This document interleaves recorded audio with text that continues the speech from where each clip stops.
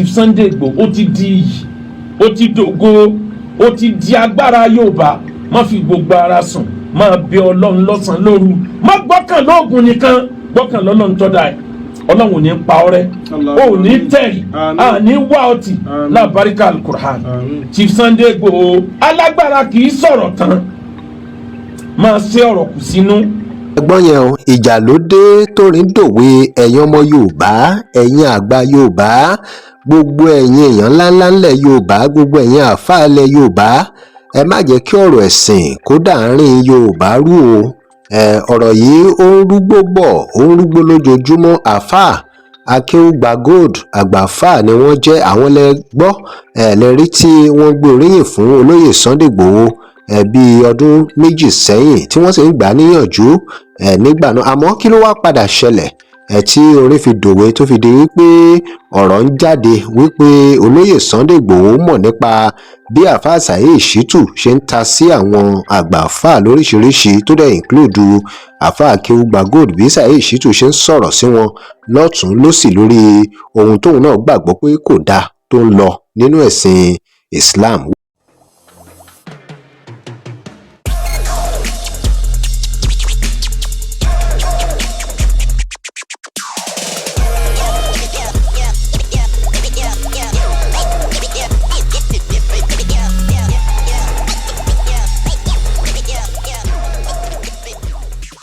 To DIGINAIJA, remember to like, share and follow us. ẹ gbọ́ ọ̀rọ̀ tí ó jáde látọ̀dọ̀ bàbá Akeugbagold tí àwọn ènìyàn gbàgbọ́ pé olóyè Sunday Igboho ṣà lọ̀rọ̀ yẹn ń bá wí lówelówe lórí wípé àfáà Saheed Shittu ó ń tahùn burúkú sí àwọn àgbàfáà àti àfáà Akeugbagold. ẹ gbọ́.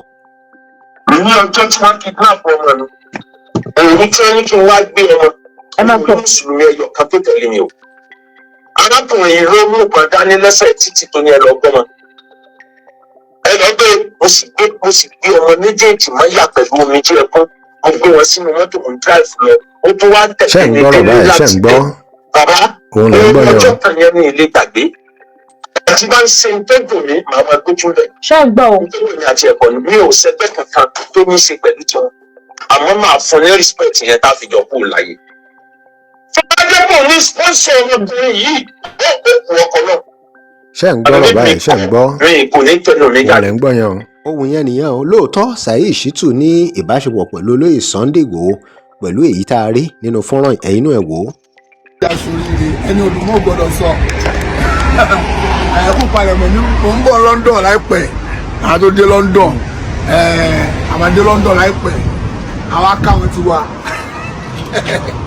ẹni olùmọ̀ gbọ́dọ̀ sọ gbogbo ọmọ Nàìjíríà ẹ fọkàn balẹ̀, ọlọ́mọdé arẹ́sù ní tó ṣẹlẹ̀ Ọlọ́run jẹ́ ká rírú ẹ̀ mọ̀ láṣẹ Ọlọ́run.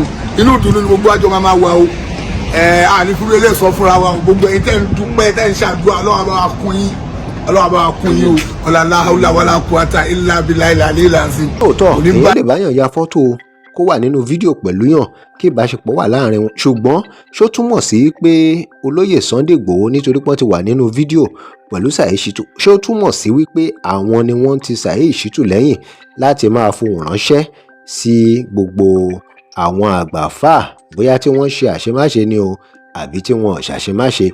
àmọ́ ohun tá a gbọ́dọ̀ dìmú náà ni pé nítorí pé Saheed Shittu mọ olóyè Sunday Igboho kò máa túmọ̀ sí pé olóyè Sunday Igboho ló rán níṣẹ́ o, ipe kó fi ọ̀rọ̀ ránṣẹ́ sí àwọn àgbàfáà tó fi wádìí pé àfáà Akeugbagold wọ́n ní láti máa fi ọ̀rọ̀ ránṣẹ́ lówe tó fi di ohun tí àwọn èèyàn gbàgbọ́ nísìnyí pé olóyè Sunday Igboho ló ń sponsor Saheed Shittu lórí gbogbo ohun tó ń lọ. ọ̀rọ̀ tí àfáà Akeugbagold fúnra wọn sọ ó fi hàn dájú pé èèyàn tí ò fẹ́ wàhálà, èèyàn rere tí ó fẹ́ràn ọmọlàkejì, tí kìí wo ẹ̀sìn kó tó ràn yàn lọ́wọ́ náà ni olóyè májàsọ́lá olóyè Sunday Igboho ṣà. tẹ́ bá sì wo ohun tí olóyè Sunday Igboho ṣà ń jà fún, gẹ́gẹ́ bí bàbá yìí náà ti gbà á níyànjú nígbà yẹn bí ọdún méjì sẹ́yìn nígbà tí mo fi fọ́nrán yẹn hàn yín, ẹ rí i pé olóyè Sunday Igboho ẹni tó ń jà fún gbogbo ọmọ ilẹ̀ Yorùbá tí ò sọ wípé àwọn Christian nìkan lòun jà fún, tí ò sọ pé àwọn Muslim nìkan lòun jà fún, tí ò sọ pé àwọn oníṣẹ̀ṣe nìkan lòun jà fún, tí ò kíà nípa ẹ̀sìnkẹ́sìn kankan. Ó yẹ kẹ́ ẹ ti mọ̀ yìí pé to a large extent kò ń ṣe wípé òun ló sponsor Saheed Shittu láti máa fọ̀rọ̀ ránṣẹ́ sí àwọn àgbàfà pẹ̀lú ohun gbogbo tó tiẹ̀ ń lọ nílùú báyìí àti ìran àti àlá tí Yorùbá nation ní láti achieve. Ṣé ẹ rò wípé ó ṣeé ṣe kí olóyè Sunday Igboho Òòṣà kó wà interested nínú ọ̀rọ̀ ìjà ẹ̀sìn àbí kí ìjà ẹ̀sìn máa tẹ̀sí? Ṣé ẹ sì mọ̀ pé bí ìjà ẹ̀sìn yìí bá wáyé Yorùbá nation gangan ò ní lè ṣeé ṣe nítorí pé at the end of the day olóyè Sunday Igboho á ti waste gbogbo time gbogbo energy ẹni. Ẹ̀yin èèyàn kí lè ròyìn? Drop comment yín, like, share and follow us. Thanks for watching.